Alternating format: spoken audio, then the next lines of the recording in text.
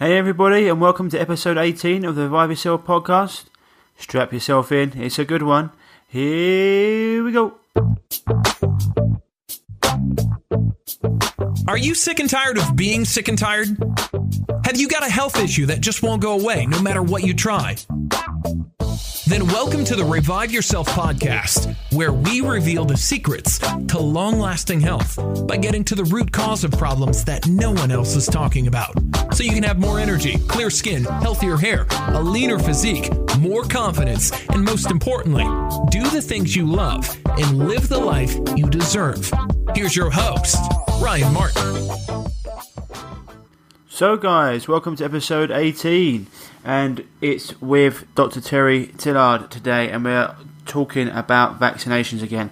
It's, as I said before, it's a very controversial topic, and it's one I want to keep putting out there because I think people need to know just how, in my opinion, dangerous these things are, and they need to know the truth about them, and they need to also know, well, if you're not going to vaccinate, then what do I need to do instead, and how can I boost my immune system, how can I keep myself healthy and my family healthy? So we go into all those topics today. So I really hope you enjoy this episode, guys. And as I said before in the last episode, that my free 4-day Facebook mini course is still open for anyone who has been going through any gut issues, any skin issues. Maybe you've had IBS, Crohn's, celiac. Maybe you've had constipation, diarrhea, or just gas and bloating, or you've had acne, psoriasis, thyroid issues even, adrenal fatigue, chronic fatigue, whatever it is you've had, all your health and disease starts in the gut. So this free 4-day mini course is going to teach you exactly what you need to overcome these problems, the root cause of these problems, not just taking medication and painful surgery that just masks, puts a band-aid over things, just masks symptoms. It's all about getting to the root cause of problems, and it's completely free. So if you would like to know how to do that, then jump on over to www.reviveyourself.co, and you can, if you put your email, your name and your email address in, you get a free report that'll put you in our email list, and you can get the notifications there, or you can just send me an email to ryan@reviveyourself.co, and I'll send you all the relevant information. In fact, I'm going to be putting out an article with it. If it's not out already, actually by the time this goes up, then there will be an article out talking about the free Facebook mini group. You can just search that on my website if you want, and it will tell you all about what you need to do to go there. Okay, guys, we're going to have strategy assessment forms to make sure everything's going well and you're learning as well when you're going through this, because information without implementation is pointless. And also a free Facebook community where everyone can get in there and help each other and share what they've been going through, because we've noticed, having done this with lots of people before, you can get great results on your own, but you can get absolutely fantastic results when you're working together as a community in a group, people just helping pull each other along. Okay guys, anyway, back to the episode. Here he is, Dr. Terry Tillaart. As I said before, any questions, anything you want like that, any questions you've got to ask, head on over to, just email me at www.ryan@reviveyourself.co, and for Terry, you can head on over to www.terrytillaart.com. Terry's a fascinating guy. He's very, very passionate about health. Anyone who knows him on Facebook or has listened to any of his stuff, you just have to wind him up with a lot of us and just let him go. He's extremely passionate about natural health. He's extremely passionate about helping people and cutting through all the BS and actually getting the truth out to people. And although the truth not going to be popular, unfortunately, as Ben Shapiro says, the truth doesn't care about your feelings. And so that is something I always think of when I see Terry, because all of his posts are just very much to the point. Whether people like it or not, and he's got all the evidence to back it up, as well as fantastic results. People always like to see credentials, but at the end of the day, what speaks higher than results? So I say to my clients, have a look at my testimonials, have a look at the results of people I've got, people that have been seeing doctors for 10 years, consultants, specialists, other nutritionists, this, that, the other, not any results. Even some of my clients have even had people stop calling them back. I was told to return their emails because they couldn't help them. These are like specialists, consultants that are charging £250, £500 an hour. But when you work with the body holistically and you actually know what generates health, then it's very, very, I say it's very rare. It's one of those things you just know the body wants to be healthy. Its default setting is health. So once you give it what it needs, it will respond. So anyway, without further ado, without me rambling on again, here is Terry. Hope you enjoyed the interview, guys, and I'll see you on the other side. Hey guys, and what's up? Another episode of Revive Yourself podcast, and we are back with Terry Tillaart, who is based in New York. How is it over there today, Terry? Yeah, everything's great. I think we're finally expecting some sunshine. We haven't got that much of it this year, so I'm looking forward to that. Oh yeah, I'm surprised about that actually. It's been quite nice over here the last... so I'm based in London in the last week or so. It's been pretty hot.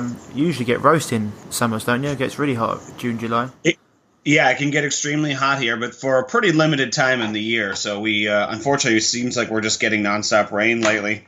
But it should heat up, and we'll get our vitamin D levels going after that. It's all those chemtrails, mate. Yeah. It's messing up the weather. So today we are going to... So we had Terry on not too long ago.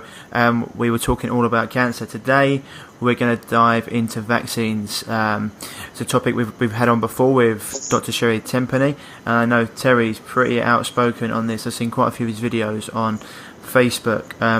And one of the things he says about same about cancer, same about vaccinations, is you can't poison your way to health.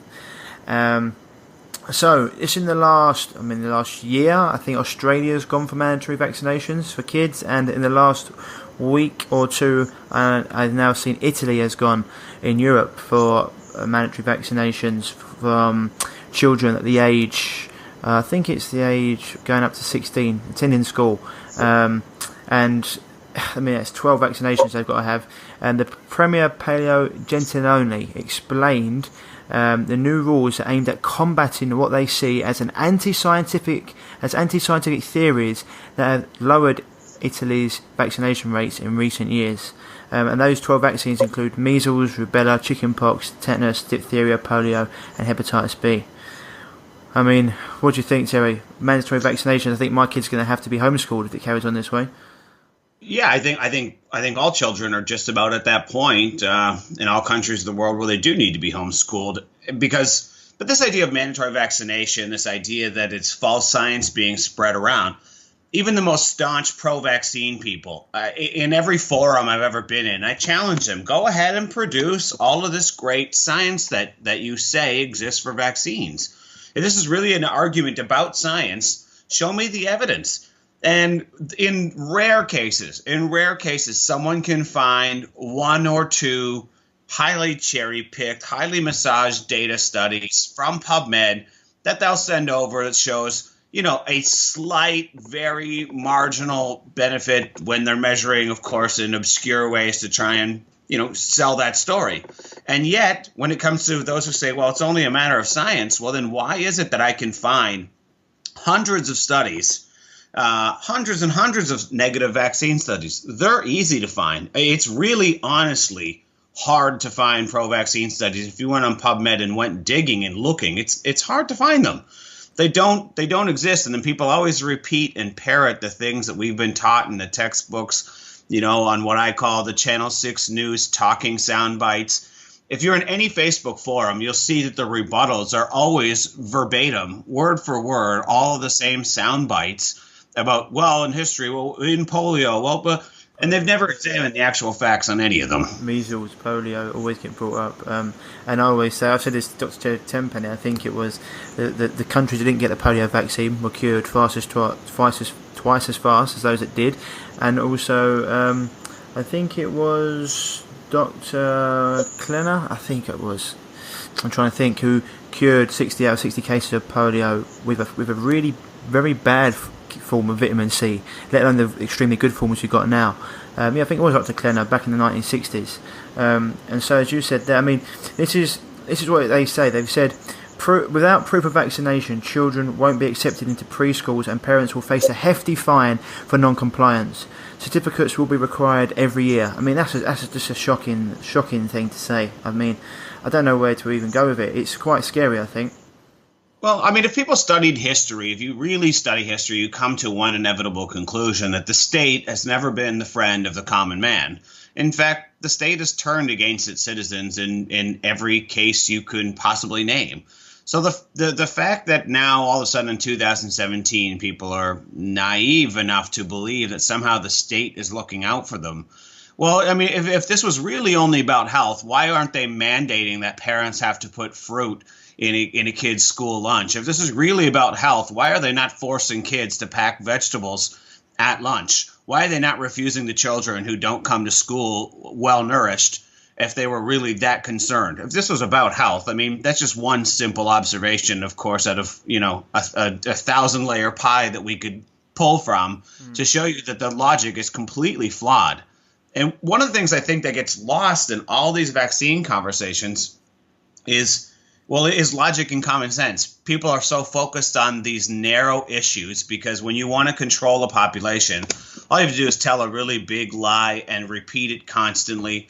The other thing you need to do if you want to maintain control is you have to control the scope of the conversation that takes place. All right, so all this conversation only about mercury, only about mercury, only about mercury. That's controlled opposition at work. That's very carefully contrived to try and make it only about one ingredient and control the scope to stop people from thinking about all the other issues that are present, all the other things that don't make sense, like I do in my videos all the time.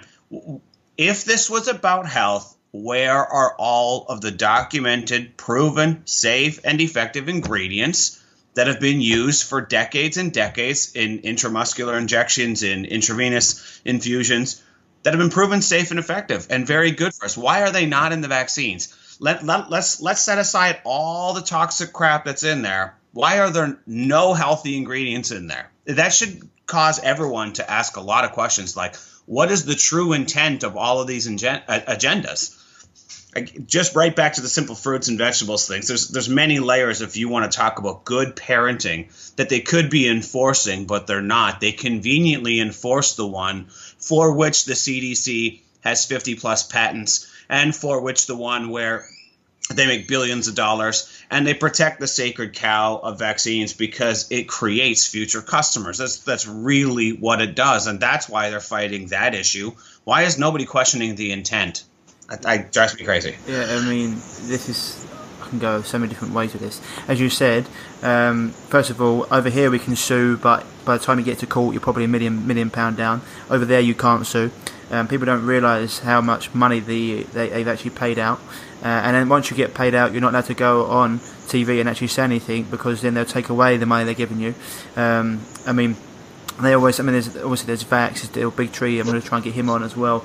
There was one thing I saw the other day. I think it was on the Vaxxer.com. I think it was going around interviewing parents that had been affected by vaccines. And one of them, because people say, "Oh, correlation is not causation," etc.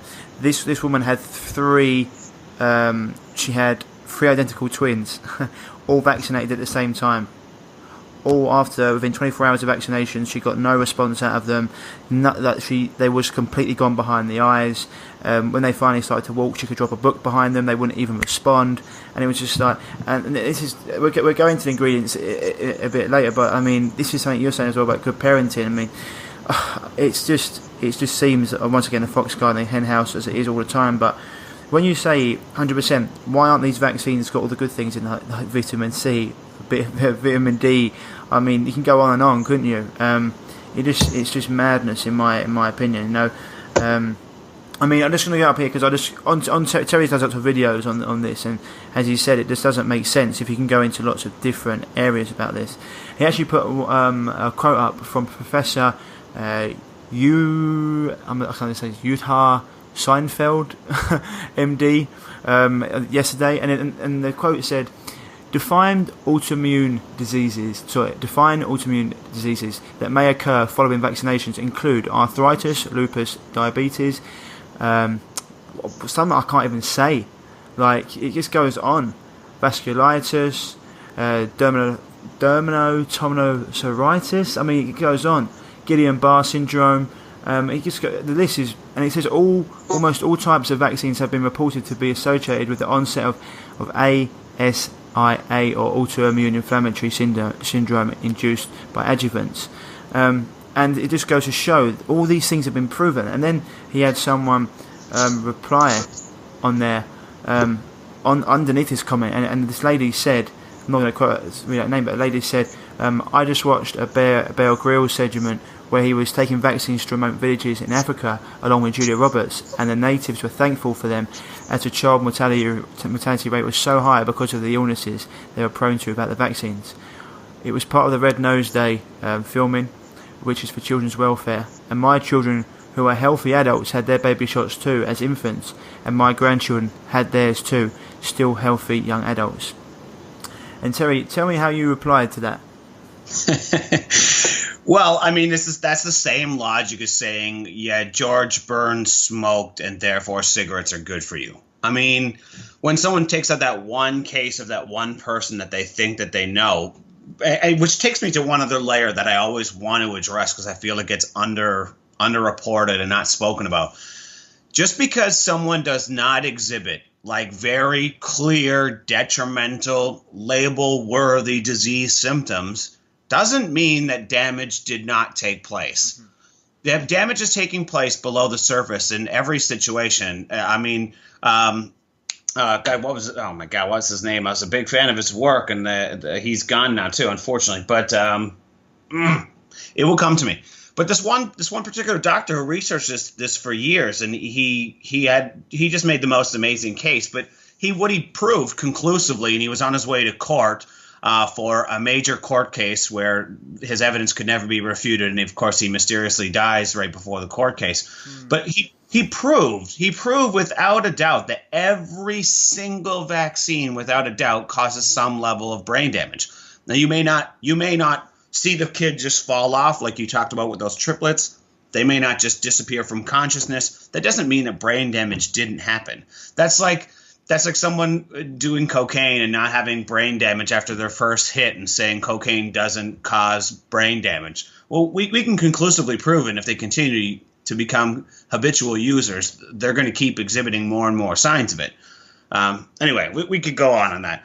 But the logic about these vaccines, this African children that this particular woman brought up, is crazy. It was always based around sanitation and health, just like all matters of the immune system are. If your immune system is healthy and there's multifactorial things that contribute to a healthy immune system, then you're not going to be concerned about these various diseases and illnesses. And what's lacking in some of these parts of rural Africa in this case is basic sanitation, basic nutrition. That's what's missing. That's why they're so susceptible. They're not susceptible because the imaginary dotted geographical line called the country they live in is in a certain part of the map. That's not why they're susceptible. They're susceptible because of lack of sanitation and nutrition. 100%. They're completely malnourished. Their immune system's just not even. It's completely shot to bits. They've probably got lots of parasites, pathogens, bacteria in them. They're just health-wise, they're just in a real bad place, and allowing any of these things to take them over. I mean, a lot of these countries, they're drinking water from ditches, as you said. They have no sanitation. They're not living. They're in a first world country. They're in a third world country. It's not in a first world country like we are. It's completely different. And some of the graphs that you actually put up in response to this woman for whooping cough, diphtheria, measles, scarlet fever, typhoid fever, polio. I mean, it shows how much these illnesses just completely dropped from death rates in the thousands to in like the tens or even the single digits before vaccines were even brought in. And then for them to claim that the vaccine was the one that stopped this carrying on. I mean, scarlet fever and typhoid fever didn't even use vaccines, and it completely dropped off. It's just, and then the other thing you said there about it being sanitation, not vaccination, you put up another letter from William Teeb. It says sanitation, not vaccination, the true protection against smallpox. And he goes on, this was given a paper read before the Second International Anti-Vaccine Congress at Cologne in October the 12th, 1881. I mean, people just need to see these and stop being... I mean, the thing is, if you don't know, you don't go into health, of course, why wouldn't you trust a doctor to go and vaccinate your kid? I mean, you don't know, right? So a video I put up yesterday in relation to this podcast we're going to be doing. I was just going through the ingredients, looking, and I said, well, I did this the other day in one of my seminars, and apparently there were two doctors at the back, and they didn't want to put their hands up. I said, have we got any doctors here? And no one put their hand up. And I said, afterwards I was told there was two doctors at the back, and I said, go to your doctor and ask them if they know what's in the vaccine. They didn't know. That's why I didn't put their hand up, and my friend told me that they didn't know. I said, just have a look. Because a lot of, I remember one person, I think Dr. Sherry Tenpenny talked about this, she was saying, when she told the doctor that formaldehyde was in it, he was like, no, don't be crazy, everyone knows formaldehyde causes cancer. And she's like, look at it, it's in a lot of vaccines. And he's like, no, that can't be true. And when he looked, he was shocked.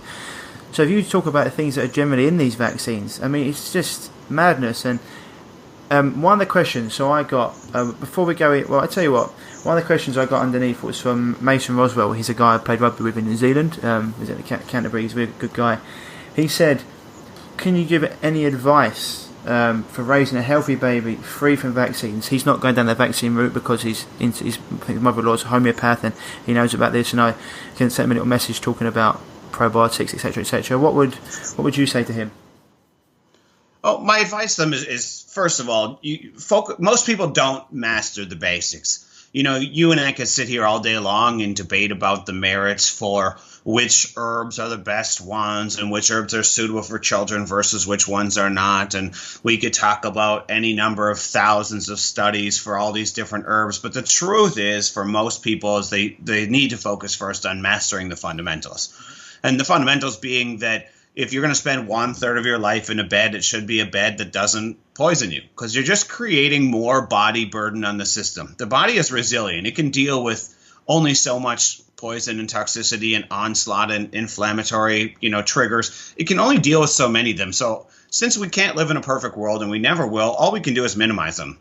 So we can live a life with no toxic, like zero toxicity personal care products. We have a choice to drink municipal water, and it's precisely that. It's a choice and nothing more. If you know that the water has documented poisons in it, in the range of 80,000 potential different chemicals in it, not to mention 2 really high-level toxic chemicals that are deliberately being added to most water supplies, plus dozens and dozens and dozens of pharmaceuticals. If we just cut out those burdens on the body alone, we go a long way. I always say that you're either going to filter your air or you are going to be the filter. It's just better to filter the air. Fruits and vegetables are the fundamental health foods for the human being. That's never going to change. You're not going to live perfect the rest of your life. You're not going to get any child to live perfect the rest of your life. But you can most certainly make sure that their diet is based predominantly on fruits and vegetables. If you as parents know that you have core deficiencies or may have had core deficiencies when you gave birth to that child, you might want to get very deliberate about making sure that child corrects those deficiencies. Those are things that are going to make them weak versus strong. You got to dump the mythology that you got to run from the sun. If you maintain that child with a healthy level of vitamin D consistently throughout its lifetime, its immune system is going to be very strong. His or her immune system is heavily dependent upon vitamin D. I call it loosely I would call it the quarterback of the immune system. It's not the only player. No quarterback wins the game on its own, but the rest of the team isn't very coordinated in their efforts without vitamin D. It's just one of those missing elements. And, the body's going to get furnished with all kinds of vitamins and minerals if you're eating a diet of fruits and vegetables. And I should have added organic or pesticide-free, homegrown. I don't care if it's certified, but fruits and vegetables absent of poisons and ideally grown in mineral-rich soils.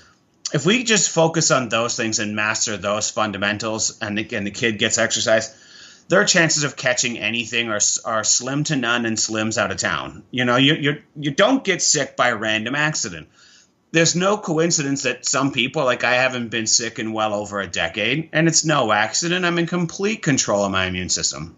I did a talk recently where we talked about HIV and AIDS and its contraction. And when you go look at the studies and turn off all of the mythology, God, there's a lot of mythology around that subject.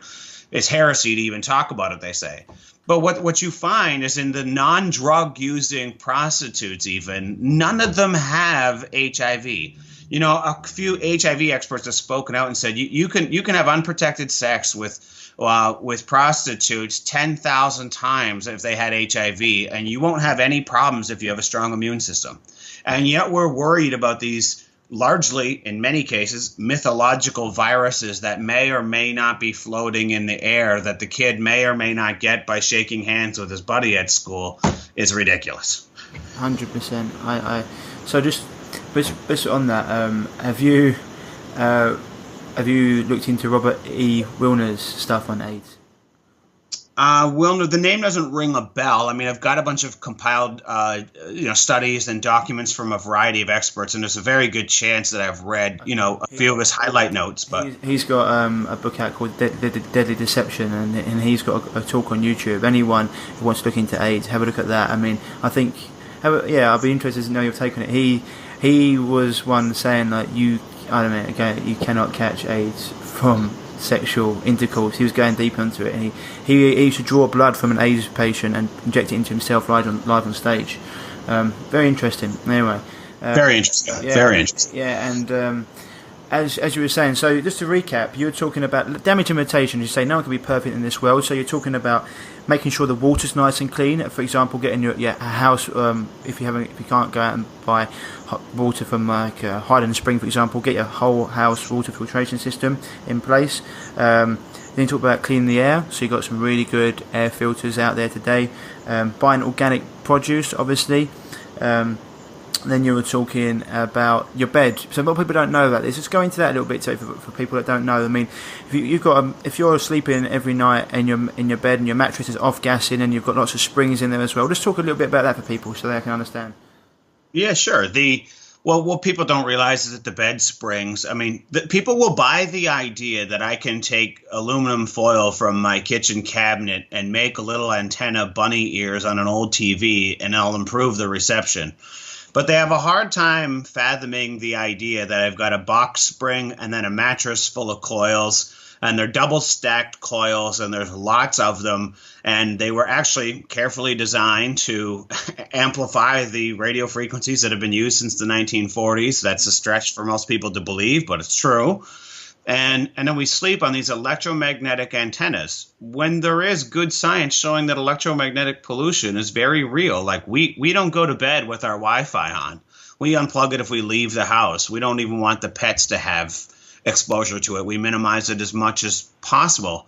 And yet we're willing to sleep on antennas. I mean, big antennas. It's very odd to me that we never question it. And in fairness, most people never do. They've never been exposed to the information. But my hope is always once they hear it, once they see it and think about it, they say, oh, wow, that's a mess in my life. I need to get that cleaned up. Mm-hmm. The other thing that people don't realize is that the flame retardant legislations in most countries, I'm sure, definitely here in the U.S. and in Canada, are very strict. The mattress has to undergo this massive blowtorch flame for an extended period of time in order to pass the regulation. And in order to do that, they've got to soak it full of chemicals. So every night when you're sleeping, you're absorbing a very high dose, relatively speaking, of arsenic and formaldehyde and all kinds of other really toxic chemicals while you're sleeping, and it off gases for a long period of time, and there's lots of it. It's not benign. And then the other caveat I want to add to that, which always bothers me, is a lot of these fake organic mattress companies are saying, yeah, but we use wool. Well, the vegan argument would definitely say, well, is there any real need to be using an animal in your bed? And I would argue no. But furthermore, it is also well documented that wool burns at a temperature that's significantly lower than the flame test. So someone's lying because the wool is not going to pass that test. And for me, it's like, so if you have a mattress that's going to be around for 30 years, even if it's your child's mattress, and they're going to live with you for 10, 20 years before they leave the house as adults, they're going to live 1/3 of their life in there. A mattress that's around for 30 years, I mean, you spent a full 10 years sleeping on an antenna and sleeping on an antenna that off-gasses a significant dose of chemicals. It doesn't make any sense because that's something that's although expensive and inconvenient, it is well within our control. 100%. And do you know any companies? I mean, I'm trying to get in touch with one in the UK. Do you know any companies people can go to in America that do good beds you'd recommend? Yeah, there's a company. My wife and I did extensive research on this because it is a bigger investment, and we didn't want to invest in the wrong one and find out 2 years later, we bought the wrong one and we need to change it again. That's the last thing I want to do for a larger ticket item purchase. And we did a lot of research on this, and we love a company called Essentia. And I've been promoting them for several years. We love them, and recently I talked to them and said, listen, I'm promoting you all the time. Give me some kind of a friends and family discount code and all that stuff. So I have a code. If anyone wants it, they're happy to provide whatever discounts are available at that time. It varies with time, but anyone who uses the code gets access to some perks, I guess you could say. So could that be on your website at www.terrytillaart.com? Is that correct? Yeah. We're working on that particular page, making a few changes to it. But yeah, they'll be able to find it there. So cool. if they don't, private message me and I'll. Yeah. I'll send it over to you because I'll have a look and see if they've got a UK section or if they're the only one, because I'm looking at something. They're definitely looking into it for more people because they are getting into it. Especially a lot of people with skin issues who just don't need to be up in their toxic burden. So you went on to So we talked about clean water, we talked about organic food, off-gassing, clean air, then we're talking about vitamin D. A lot of people say, the sun gives you skin cancer. No, unless you're out in it all day getting burnt to a cinder. The countries that have got the highest sun exposure have the least skin cancer compared to the ones that don't. It's all the stuff you put on your skin, and as you said before, it's your skincare products. So you're looking at all those things as your fundamentals, correct? Yeah, absolutely. Those are all really important and totally within your control. Yeah. Why not exercise it? Yeah, 100%. Then exercise as well when obviously as a child, but and then you can look into things like probiotics and other things as well that are going to stimulate your immune system a little bit more and give you healthy gut bacteria, etc. That's the answer for you, Mason. We went quite deep into that, but I mean it's not say rocket science. As you say, it's damage limitation. No one's going to be perfect, especially in this world. The one about Wi-Fi as well, very interesting. Try and do that with Wi-Fi myself. If you live in lots of people these days are not in houses. In your country, luckily you've got a lot more space and more land. Over here, you've got people living to get more together in cities. And then again, I suppose any city, people in New York, for example, if you turn off your Wi-Fi, the next door neighbour might have his on. But all you can do is water your own grass and do the best you can, right? Yeah, and you mean same with cell phones. Like, yes, I own a cell phone, but it's never on my body. Like, if it's in my pocket and I'm walking around for an extended period of time and I'm not using it, I turn it off. If I'm sitting down at someone's kitchen table and I just drop by, I'm going to if I'm at a restaurant, I'm going to take the cell phone out of my pocket and put it on the table. Mm-hmm. I'm going to keep as much distance from it as I can. If I know I'm not going to check my cell phone when I'm out with friends, which I think is rude. I don't do that unless I'm really expecting something important or something in our conversation prompts me to look something up on the phone. Other than that, my phone is turned off. When I'm in the home, that phone is never on my body. It's usually not even in the same room. I keep as much distance from it as possible. Frequently, just trying to minimize my exposure. Like, it's not a coincidence that a lot of we're seeing an increased risk of brain cancers on the same side of the head that people use their cell phone. We're seeing increased breast cancers in the same area of the bra that the woman keeps her cell phone. Yeah. And we're seeing all these, hormonal, genital cancers. And guess what? The cell phone is right on top of the genitals all the time. Like, what are we expecting?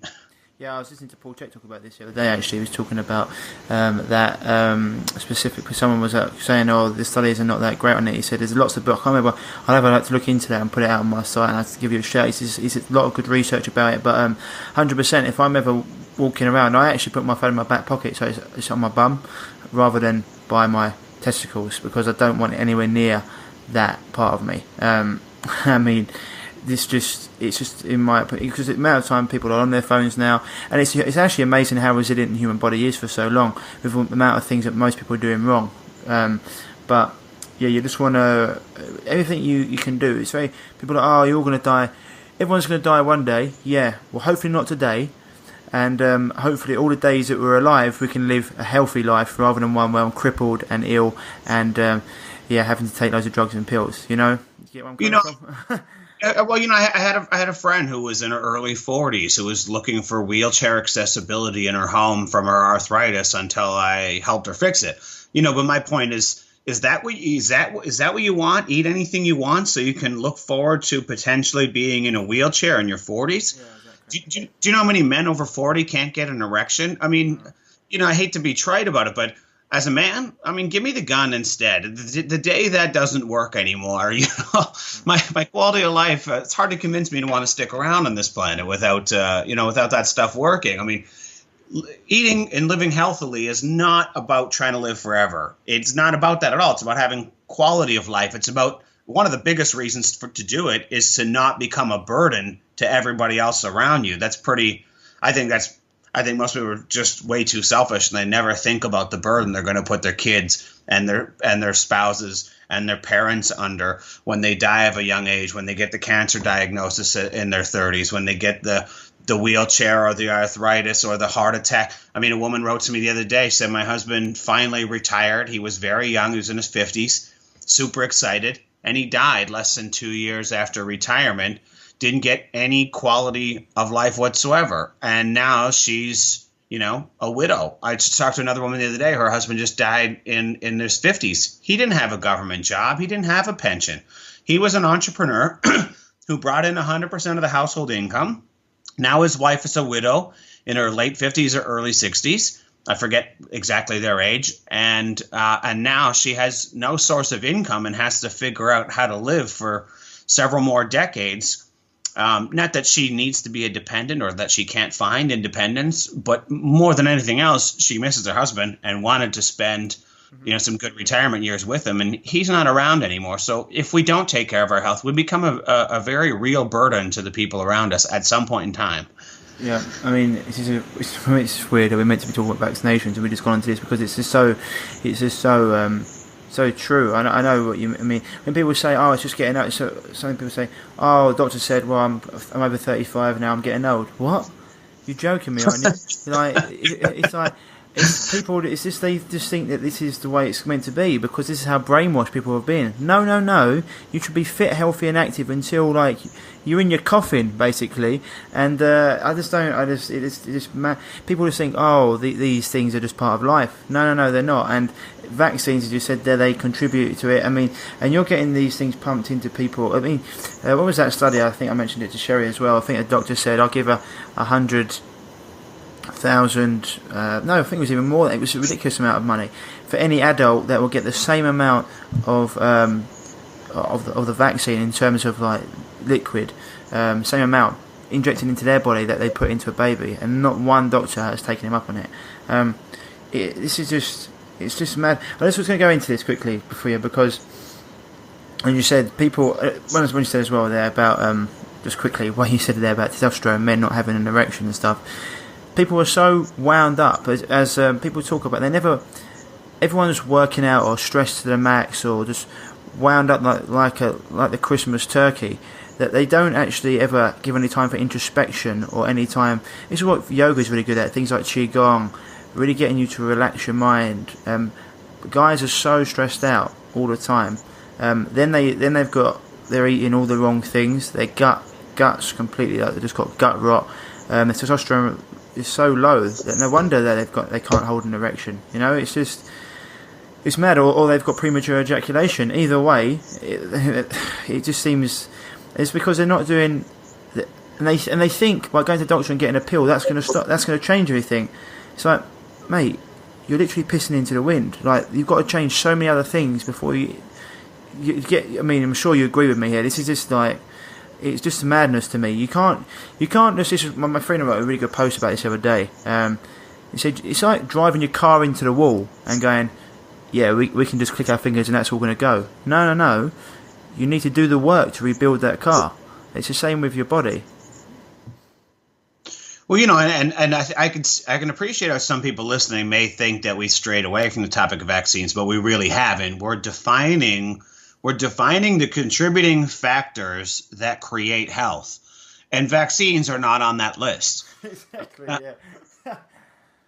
Like a poison is not on that list. If you examine the ingredients found in a vaccine, it is the who's list of most toxic substances. It would have taken hard work for anybody to find more toxic substances than that, to put in the vaccines. And all the things that should have been in there that have been proven safe and effective, like B vitamins, magnesium, vitamin C, all these things that have been used in injections for a long time with a great track record, are nowhere to be found. So, I mean, how anyone thinks they can create health by injecting poison is ridiculous. If we were in the kitchen and I went and found any bottle of industrial cleaner in the cupboard, we don't have them in our home, but, when I grew up, we had lots of that stuff around. Mm-hmm. And I sewed them the skull and crossbones on it, and I grabbed a syringe, and I said, don't worry, I'm only taking a little bit of out of this bottle into my needle. Don't worry. And I went around and did that to a few bottles and then started walking towards their child. They wouldn't have taken the gun out? Oh, yeah, I know. It's just, my friend was talking about this the other day. He said the guy come around to uproot his trees, and he said, how are you going to get rid of it? He said, we're going to put Roundup on it. He went, what, glyphosate? What, Agent Orange, the thing we used in Vietnam? Well, they got 3 arms growing out of their kids at the moment.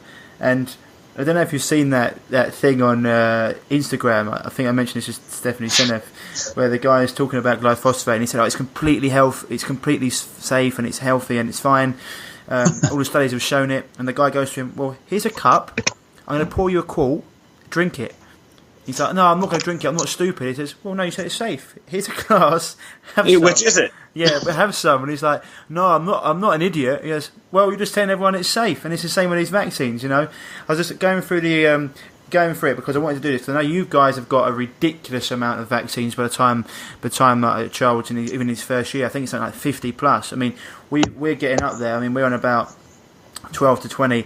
In the first 8 weeks, I just wanted to do this. In the first 8 weeks, a kid or a child in the UK is meant to have 8 weeks. They could go for 4 vaccines. One's a 5-in-1 vaccine, one's a PCV vaccine, one's a rotavirus, and one's the MenB.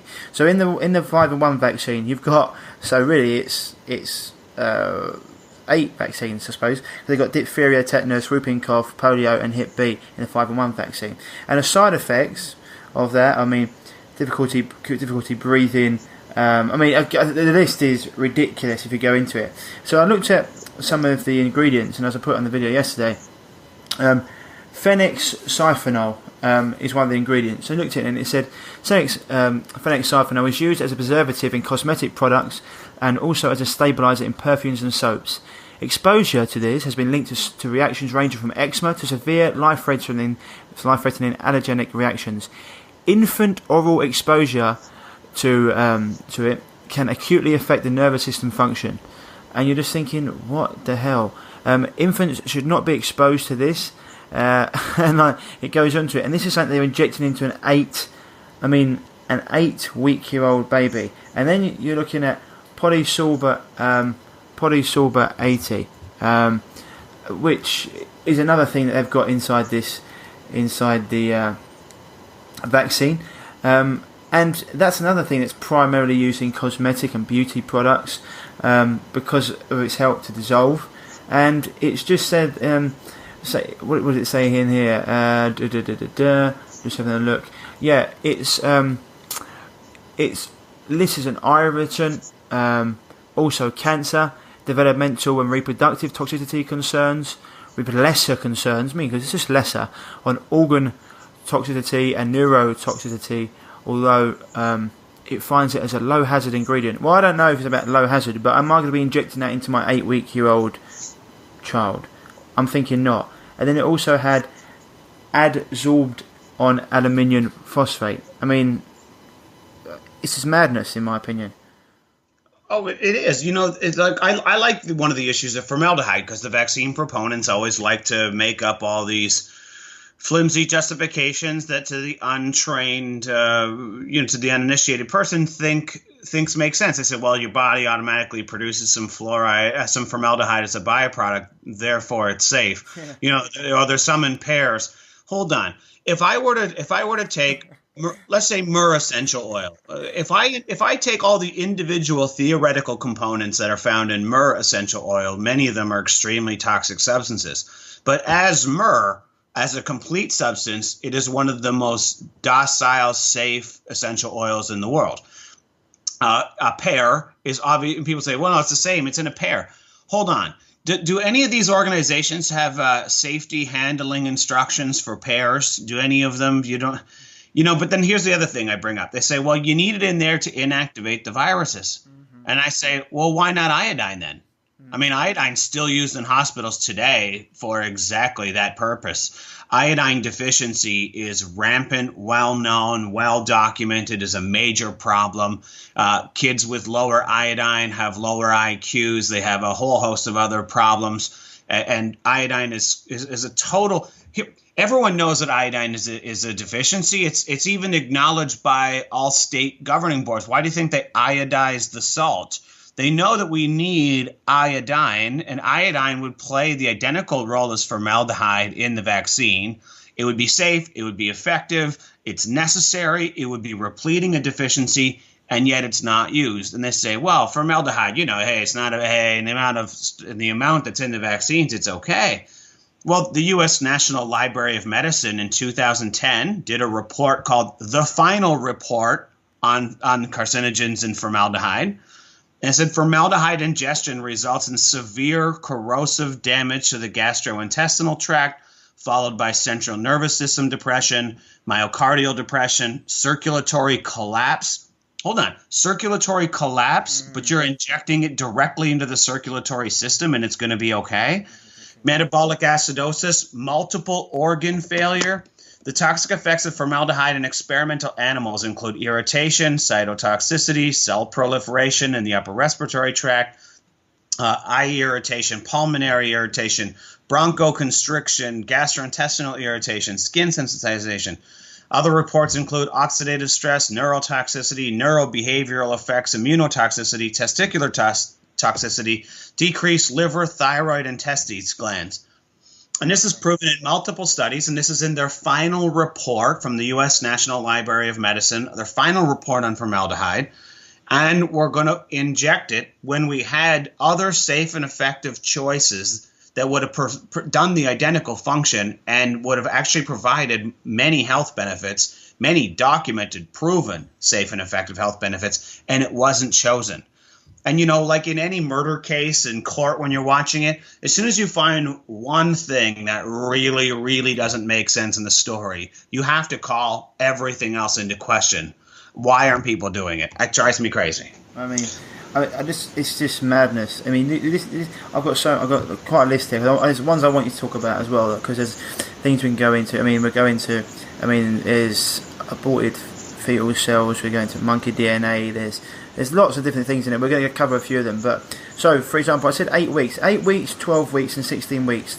The kids have these again. So they have a 5-in-1 PCV rotavirus MB. They have that 3 times by the time they're 16 weeks old. Anyway, if you look at the PVC vaccine, pneumococcal, in it it's got phenol, which is carbolic acid, which is brilliant.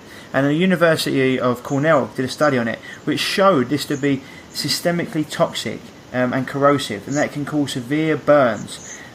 It's so toxic it can cause death can occur rapidly following ingestion, collapse, coma, or internal bleeding. I mean, what the hell? And you're injecting this into a 12-year-old baby. Then they also do the MB, which says you can get Kawasaki disease, seizures, difficulty breathing, loss of consciousness, collapse, less responsive, lack of awareness. That's also got in it sodium chloride, histidine, which can trigger blood clotting, risk of spontaneous miscarriage, birth defects. It can pass through the placental wall straight into the fetus. It's just madness. And they got sucrose in there. Like, why would they put sugar in a vaccine, Terry? I mean, I've done videos on this too. Same with MSG. Why? I mean, they need the vaccine to taste good because MSG. Just sort of get I think MSG is in the. I've got this because this is what I wanted to ask you about because I know you've done this before. I think MSG is in the MMR vaccine. I'm pretty sure. I'll look into it in a minute. But yeah, go for it.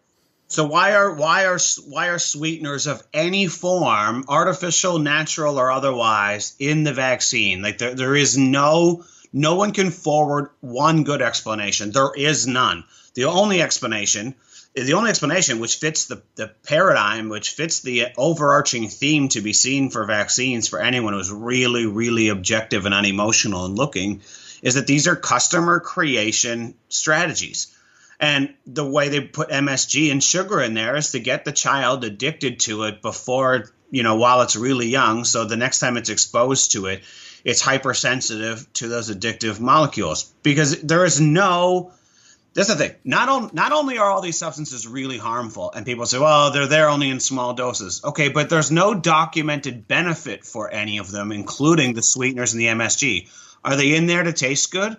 And my question to people is, if you can't answer that question, if we can pose any number of questions, and every single one of them demands an answer. It demands an answer. And if you can't answer that question, the conversation shouldn't go any further until you can provide an answer for that one. And then we'll go to the next question. Why is MSG and sugar in there? There only is one purpose. MSG is a known brain poison, like a real serious brain poison. Why is it in there?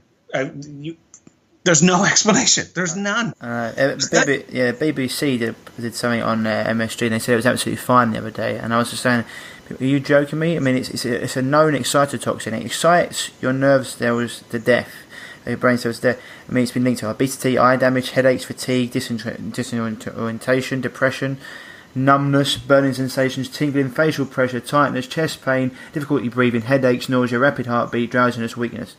I mean... And brain damage. Yeah, and brain damage. Brain damage. So like, that is in the MMR. The MMR vaccine we've got here has got so many ingredients. It's a joke. I mean, side effects to it: fever, redness, rash, respiratory tract infection, diarrhea, vomiting, hives. And you're looking at septic meningitis, swollen testicles, infection of the middle ear, inflamed salivary glands, atypical measles, swollen lymph nodes, that's what you want, bleeding more than normal, severe allergic reaction, facial swelling, localized swelling, swelling of the limb, irritability, seizures without a fever, seizures with a fever, walking unsteadily, dizziness involving illness involving inflammation of the nervous system, brain or spinal cord, deafness, lung infection. I mean, it's just shocking. And then the ingredients, as you said, this is the one for you. This is what I want to go into as well. Ingredients. So obviously they've got the live viruses of the MMR, measles, mumps, rubella. They've got chick embryo cells, and they've got something called WI-38, human diploid lung fibroblasts. Do you know what that is? I mean, for the layperson, it's dead baby material. I mean, we're putting dead babies and dead animals in. What planet does dead babies and dead animals constitute some in any form a way of building health? I mean, there's no explanation for why this craziness is in there. No one can forward a real good explanation. There should be all kinds of moral and ethical hazards with this. Any person who believes or follows any form of religion should be absolutely outraged by this, but they're not. Many of them are the biggest vaccine proponents, ironically. It's insanity. Really, I mean, it's a lay person. It's derived from lung tissue from an aborted white Caucasian female fetus. And I made a point. Also, now comes the point of religion. I'd thought religious people, that would have been a complete no-no. I mean, that would have been this version of sacrilege. I mean, I can't believe that they're happy with that going on. I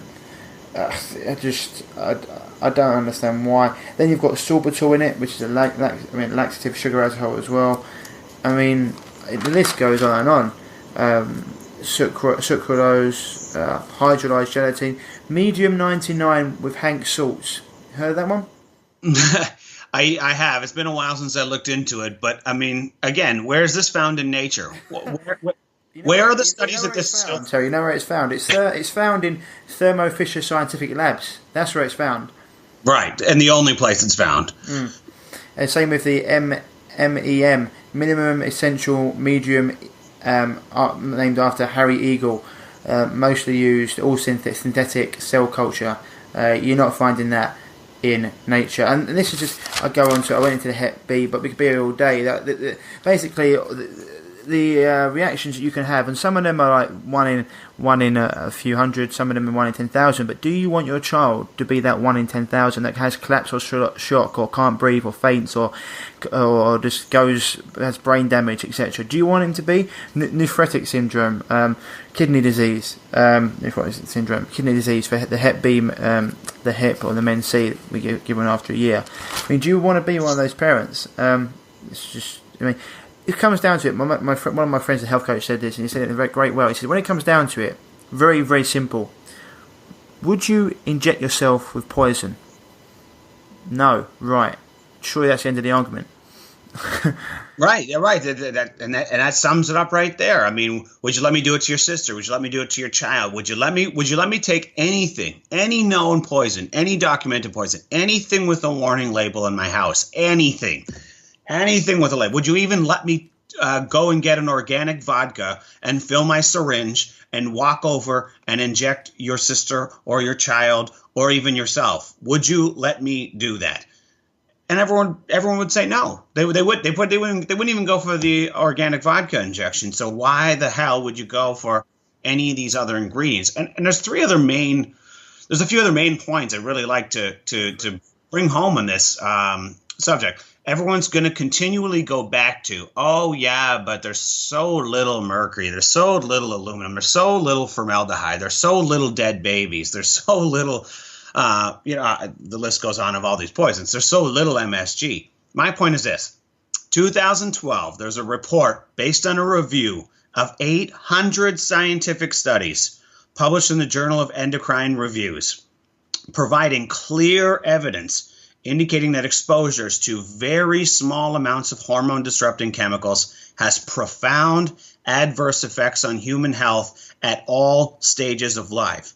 The authors go on to state, whether low doses of endocrine-disrupting chemicals influence certain human disorders is no longer conjecture, because epidemiological studies show that environmental exposures to these disruptors are associated with human diseases and disabilities.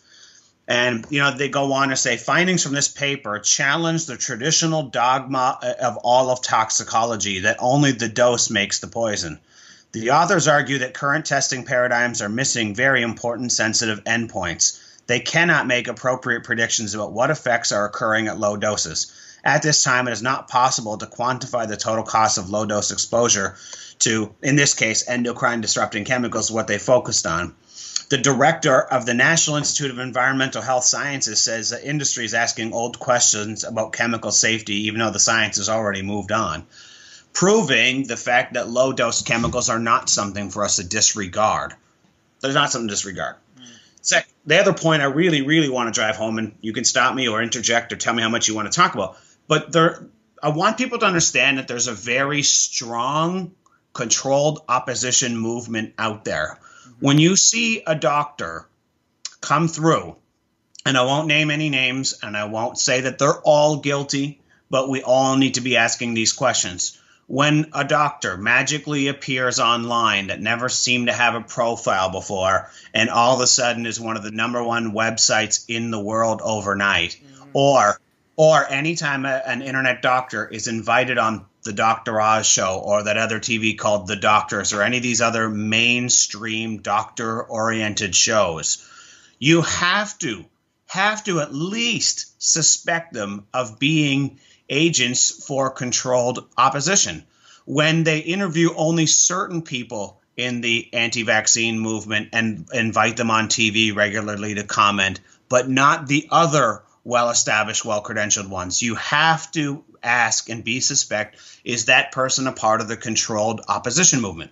When people are celebrities getting involved with it, I have to ask, are you a part of the control? When I hear all this talk about safe vaccines, on what planet are any of those ingredients safe? There's no such thing as only let's remove the mercury. I call into question every person talking this nonsense about safe vaccines. There's very few substances ever been proven to be safe for injection to begin with. But if we wanted... That's the thing I was going to say to Terry straight away. You're injecting something into the skin. That's not normal. Right, and there are a few substances that have been proven safe and effective. And I would be open to those things. Like the day the safe vaccine conversations becomes where it's a whole bunch of immune modulating herbs, it's a broad spectrum of minerals, things that have been very proven safe and effective. As soon as the vaccine contains things that are currently used in hospitals already for anaphylactic emergencies and stuff, things like sodium bicarbonate and magnesium at high doses, not at like infinitesimally small doses, but when they're used properly, some of these things are great emergency medicine.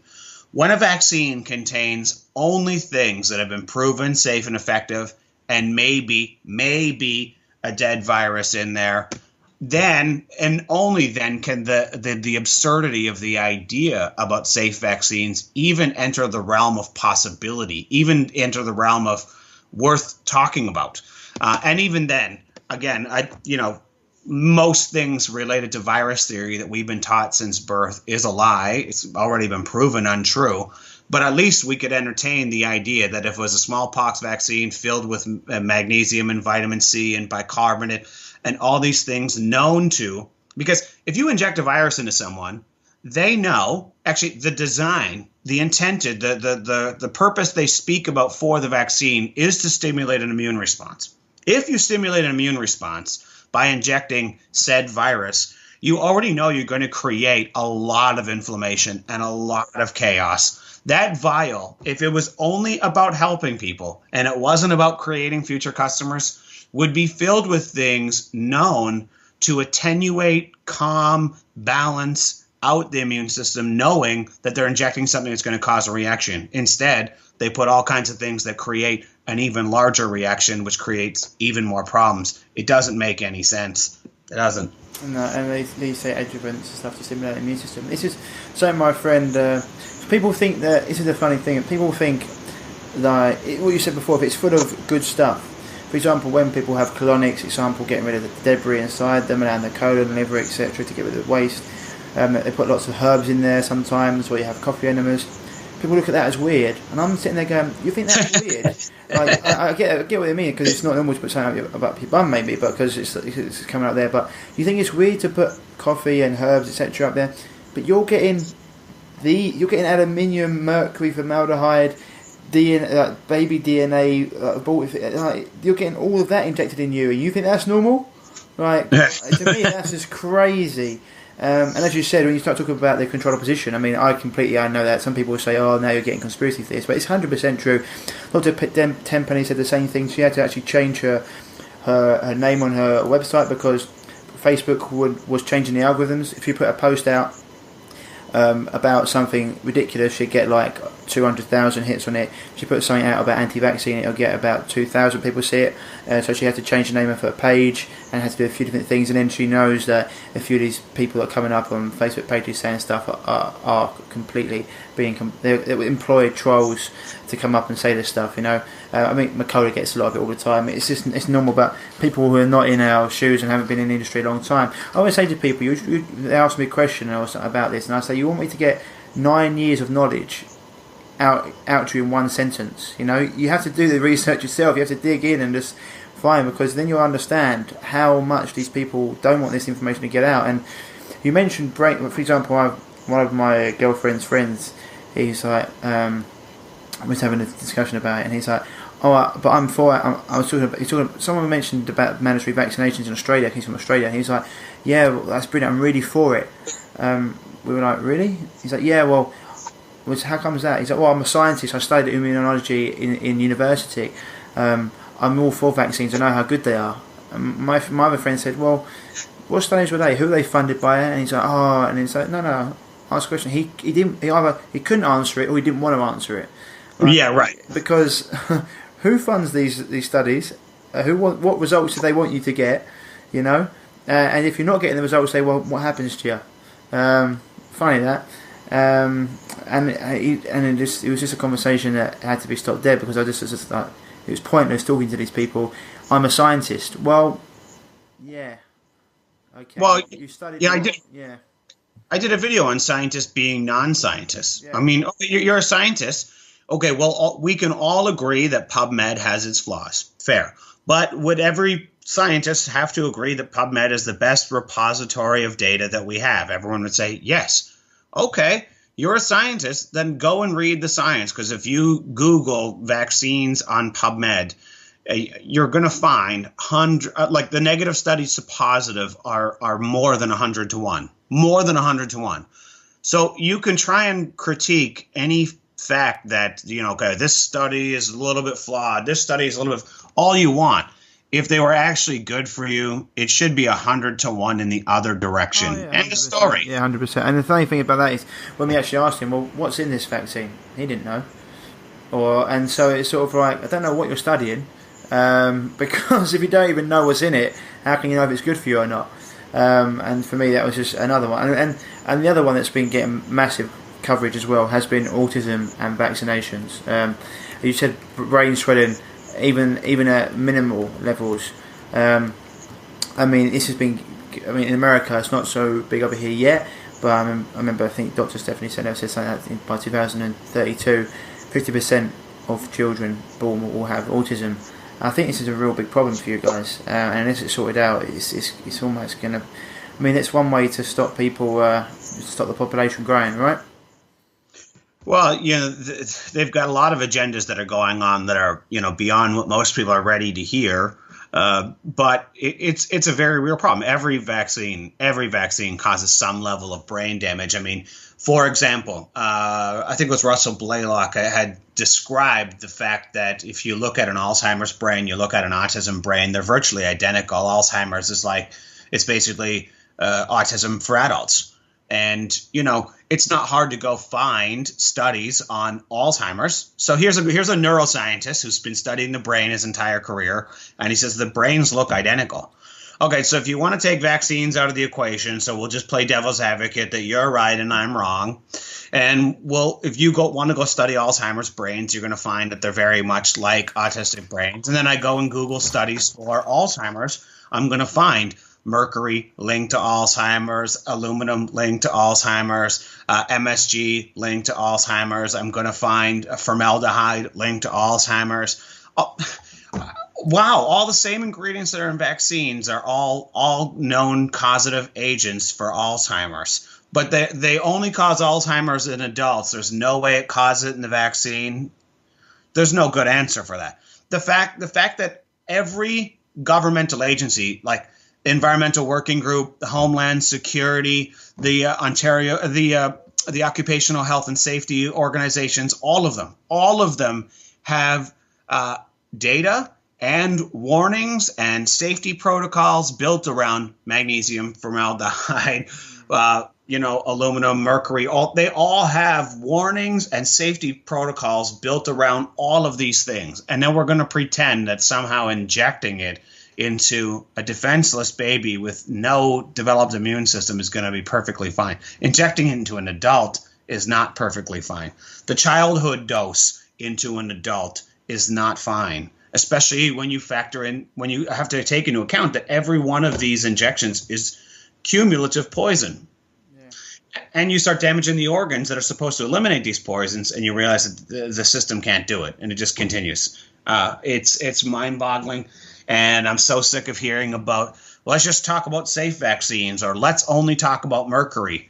That is controlled opposition at its finest, trying to narrow the scope of the conversation. They do this in political debates. When a real politician comes in and talks about any of the real problems, they censor and block him. When the politicians are insiders, they can talk about anything they want so long as it's within the scope of the debate. they control the scope of the debate very clearly, very deliberately. No one talks about the real issues. When Ron Paul came and talked about the real issues, they had to delete it from TV. End of story. Oh, yeah. These other politicians aren't talking about the real issues. And when someone's trying to talk about safe vaccines or pretending mercury is the only problem in vaccines, that's controlled opposition. 100%. I mean, that's the same as anything. They can just put out what they want on the mainstream media. They can just censor whatever they want. Who did I did a bit on him. I can't remember his name now. Donald Trump employed him. He's very much. I think he was actually on The Truth about vaccines. I don't know if you've watched that. What is his name? Robert Kennedy. Yeah, that's a good person to have in the house. He's he's going up against it. I mean, I'm surprised it's even got that far. But the flu vaccine's another one, and this is the thing. My girlfriend, her half brother and half sister both got autism. In bad way, I mean, what they eat and etc. None of it's conducive. And when I was over there, I just went out to get the flu shot, and I was just like, "You're just compounding the issue." But some people I just don't go into it with the parents because it's an area that I don't want to get into an argument over.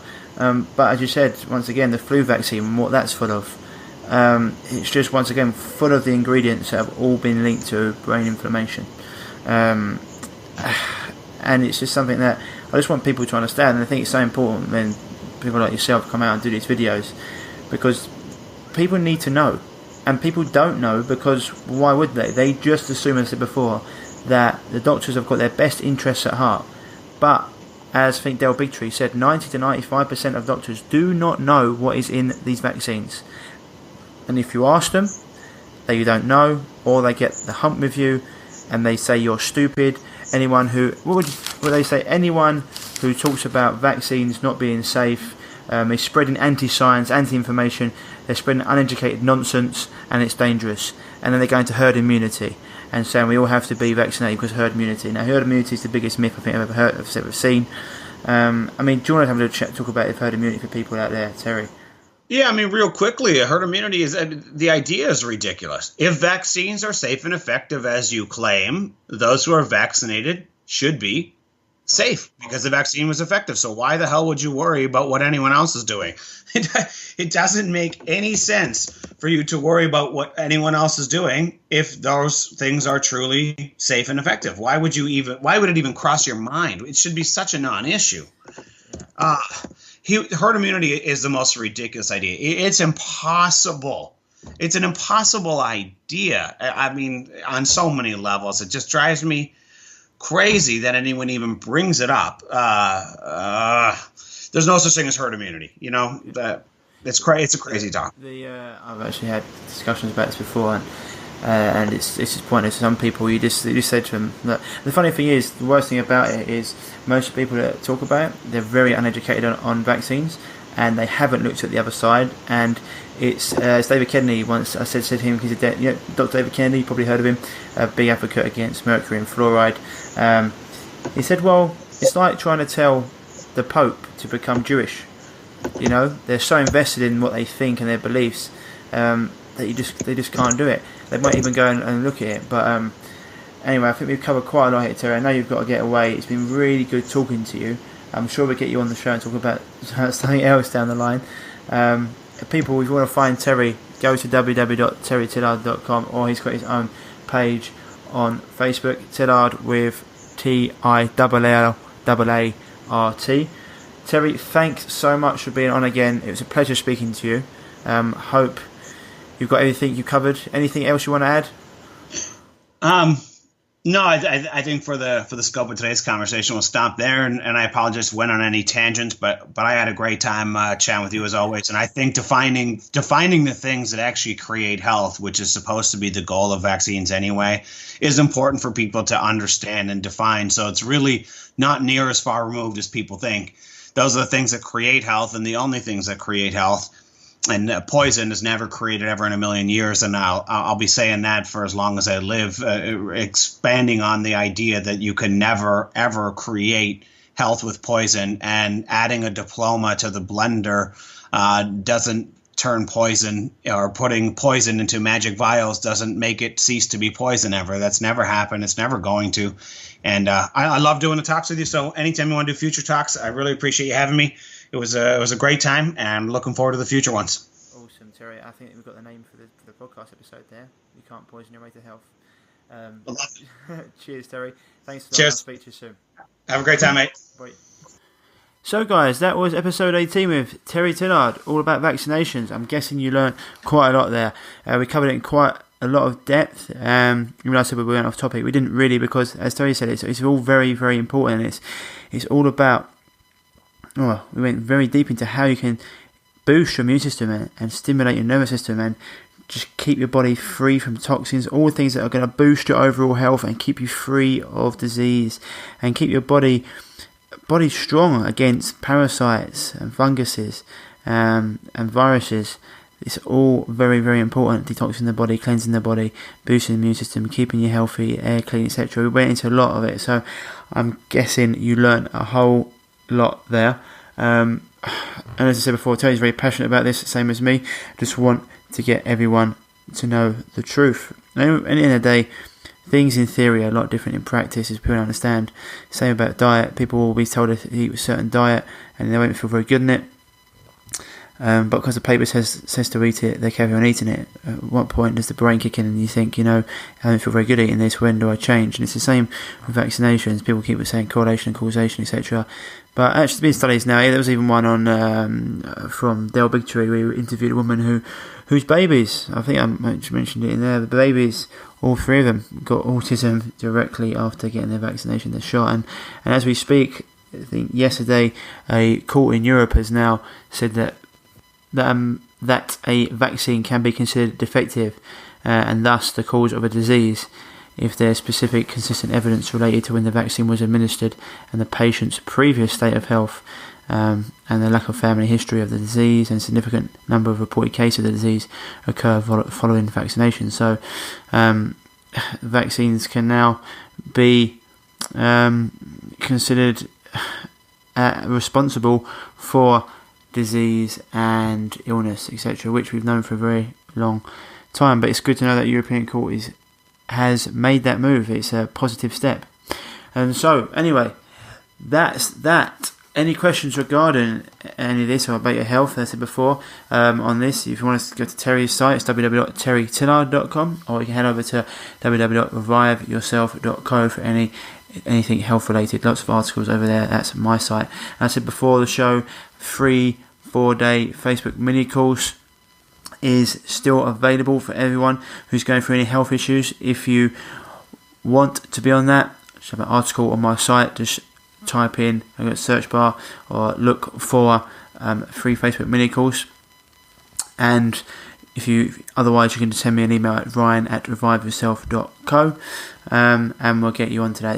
It's all about teaching you how to get your health back. Whether you've had gut issues, whether you've had skin issues, thyroid problems, adrenal fatigue, chronic fatigue, whatever it may be, all health and all disease starts in the gut, and we teach you really how to get to the root cause of these rather than just masking symptoms with band-aids. That's the key to get your health back. And as I said before, at the end of the course, there's a bonus in there for you that you only get to day 4, but I'm sure you will. And as I said before, there's also a Facebook community where everyone can share their wins and we can help each other through, as well as strategy forums to help you get through it and really learn the information. So that's all there, guys. Okay? Anyway, that's it for this week, guys. Hope you enjoyed the episode. As always, leave a review on iTunes, and you can head over as well, follow us on YouTube, Revive Yourself channel, and also I'm on Facebook, Revive Yourself, and Ryan Martin, that's my personal page, with the same logo that I have for this podcast. So, that's that for this week, guys. As always, stay happy, stay healthy, and I'll speak to you next week. Are you sick and tired of being sick and tired? Have you got a health issue that just won't go away no matter what you try? Then welcome to the Revive Yourself podcast, where we reveal the secrets to long-lasting health by getting to the root cause of problems that no one else is talking about. So you can have more energy, clear skin, healthier hair, a leaner physique, more confidence, and most importantly, do the things you love and live the life you deserve. Here's your host, Ryan Martin.